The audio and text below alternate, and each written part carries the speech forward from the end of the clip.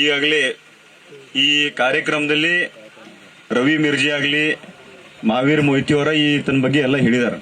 ಯಾಕಂದ್ರೆ ಈ ಭಾಗದಾಗ ನಿನ್ನೆ ಹೋದವಾರ KDP ಮೀಟಿಂಗ್ ಇದ್ದಾಗ ಬೆಂಗಳೂರದಿಂದ ಬಂದಾಗ ಐಗೋಳಿ ಸಾಹೇಬ್ರು ಮತ್ತು ಪ್ರಕಾಶ್ ಅಣ್ಣ ಹುಕ್ಕೇರಿ ಇಬ್ರು ಕೂಡಿ ಬೆಂಗಳೂರದಾಗ ಚರ್ಚೆ ಮಾಡಿ ಇವತ್ತ ಕಾರ್ಯಕ್ರಮ ಯಾವಾಗ ಮಾಡೋನು ಯಾವ ಮುಹೂರ್ತ ಫಿಕ್ಸ್ ಮಾಡೋದು ಅಂತ ಅವಾಗ ಚರ್ಚೆ ಮಾಡುವಾಗ ನಾ ಹೇಳಿನಿ, ಇವತ್ತ ದತ್ತ ಜಯಂತಿ ಐತಿ, ದತ್ತತ್ವಾರ ಐತಿ, ಇವತ್ತ ಈ ಕಾರ್ಯಕ್ರಮ ನೀವು ಪೂಜೆ ಮಾಡೋನು ಸಂಕಲ್ಪ ಹಿಡದ ಈ ಸ್ಕೀಮ್ ಯಶಸ್ವಿ ಮಾಡಿ ಆ ಭಾಗದಾಗ ರೈತರಿಗೆ ನೀರು ಕೊಡುವಂಥದ್ದು ಒಂದು ಪ್ರಾಮಾಣಿಕ ನಮ್ಮ ಕಡೆಯಿಂದ ಏನ್ ಸಾಧ್ಯ ಐತಿ ಅಷ್ಟೊಂದು ಸೇವಾ ಮಾಡುವಂತ ಅವ್ರ ಬೆಂಗಳೂರದಾಗ ನಾವು ಕೂಡಿದಾಗ ಆ ಬಗ್ಗೆ ಚರ್ಚೆ ಮಾಡಿದೀವಿ. KDP ಮೀಟಿಂಗ್ ಹೋದಾಗ ನಾ ಜಿಲ್ಲಾ ಉಸ್ತುವಾರಿ ಸಚಿವರಿಗೂ ಕೇಳಿದ್ವು, ತಾವು ಈ ಕಾರ್ಯಕ್ರಮ ಬರ್ರಿ, ಅವ್ರಂದ್ರು ನಾ ಬೆಂಗಳೂರದಾಗ ಒಂದು ಮೀಟಿಂಗ್ ಐತಿ ಅಲ್ಲಿ ಹೋಗ್ಬೇಕು, ಲೋಕಸಭಾ ಸದಸ್ಯರಿಗೆ ಈ ಕಾರ್ಯಕ್ರಮ ಕಳಿಸ್ಕೊಡ್ತೀವಿ ಅಂತ ಅವರು ಆ ಕಾರ್ಯಕ್ರಮದಾಗ ಹೇಳಿದಾಗ ಅವರು ಕೂಡ ದಿಲ್ಲಿದಾಗ ಅಧಿವೇಶನ ಇರುವುದರಿಂದ ಅವ್ರು ದಿಲ್ಲಿಗೆ ಹೋಗಿದ್ದಾರೆ. ಅವರೆಲ್ಲ ಉಸ್ತುವಾರಿ ಎಲ್ಲ ಜವಾಬ್ದಾರಿದಿಂದ ಈ ಕಾರ್ಯಕ್ರಮ ಸಕ್ಸಸ್ ಆಗಿ ಇದೇನ ಮಹಾವೀರ್ ಮೊಯ್ತಿ ಹೇಳ್ದಂಗ ಇದೇನು ಯಾವ ಪಕ್ಷ ಆಗ್ಲಿ ಇದಾಗೇನು ಸಂಬಂಧ ಇಲ್ಲ. ಈ ಭಾಗದಾಗ ಪ್ರಕಾಶ್ ಅಣ್ಣ ಹುಕ್ಕೇರಿ ಅವ್ರು ಎಲ್ಲೆಲ್ಲಿ ಒಂದು ಜವಾಬ್ದಾರಿ ತಗೊಂಡಿದ್ದಾರೆ.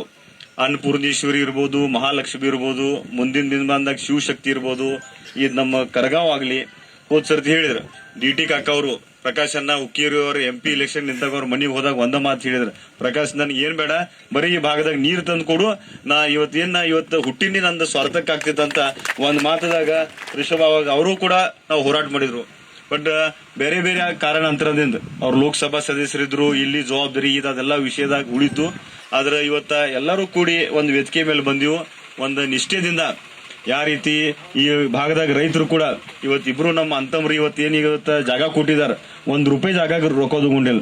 ಒಂದ್ ಮಾತ್ ಮೇಲೆ ಪ್ರಕಾಶನ ಹುಕ್ಕೇರಿ ಅವ್ರು ರವಿಗೆ ಹೇಳಿದ್ರು, ಏನಿಲ್ಲಪ್ಪ ನಾವು ಮುಹೂರ್ತ ಫಿಕ್ಸ್ ಮಾಡಿದೀವಿ, ನೀ ಗುದ್ಲಿ ಪೂಜಾ ಮಾಡಬೇಕು, ಕಾರ್ಯಕ್ರಮ ಯಶಸ್ವಿ ಮಾಡ್ಬೇಕು ಹೇಳಿದ್ಮೇಲೆ ಖುಷಿಲಿ ಅವ್ರಿಗೆ ನಿಜವಾಗೂ ₹1 ಆಶೆ ಮಾಡಿಲ್ಲ ಅಂದ್ರೆ ನಾ ಜಾಗ ಕೊಡ್ತೀವಿ, ನೀವು ಇಲ್ಲಿ ಕಾರ್ಯಕ್ರಮ ಚಾಲೂ ಮಾಡ್ರಂತ ನಮ್ಮಿಬ್ರು ಪಟ್ಟಣಕೋಡಿ ಮತ್ತ ಲಂಗೋಟಿ ಇಬ್ರು ಕೂಡಿ ರವಿ ಕರದ್ ಹೇಳಿದ್ಮೇಲೆ ಅದಕ್ಕೆ ಫೈನಲ್ ಕೊಟ್ರು. ಇಷ್ಟೇನ ಅವರು ಅದರು ಫಸ್ಟ್ ಸ್ಟೇಜ್ ಪೆಡ್ನೇಕರ್ ಮೊದಲ ಈಗೇನು ₹100 ಕೋಟಿ ಆಗೈತಿ, ನಂದೇನು ಒಂದು ರಿಕ್ವೆಸ್ಟ್ ಐತಿ, ಎರಡನೇ ಹಂತಕ್ಕೂ ಕೂಡ ಏನ್ ಟೆಂಡರ್ ಮಾಡ್ತೀರಿ, ಇನ್ನ DPR ಚೇಂಜ್ ಮಾಡೋದ್ರ ಮಾಡ್ರಿ, ಇನ್ನ ಅವಕಾಶ ಐತಿ, ಅದಕ್ಕೆ DPR ಚೇಂಜ್ ಮಾಡಿ ಸಕ್ಸೆಸ್ ಮಾಡಿ ಅದಾಗ ಎರಡನೇ ಯಾಕಂದ್ರೆ ಮತ್ತೆ ಹಾಫ್ ಪೈಪ್ಲೈನ್ ಮಾಡ್ತೀರಿ. ಮುಂದಿನ ಟೆಂಡರ್ ಬಿಜಾಪುರ ಅದಾರ ಕಾಂಟ್ರಾಕ್ಟರ್, ಮನೆ ನಂಗೆ ಫೋನ್ ಹಚ್ಚಿರ್ MB ಪಾಟೀಲ್ ಸಾಹೇಬ್ರು ನಂಗೆ ಮಾತಾಡಿದ್ರು, ಬಿಜಾಪುರದವ್ರ ಕಾಂಟ್ರಾಕ್ಟರ್ ಅದಾರು, ಈ ಮುಂದಿನ ಸ್ಕೀಮ್ ಕೊಟ್ಟು ಎರಡು ಇದು 100 ಕೋಟಿ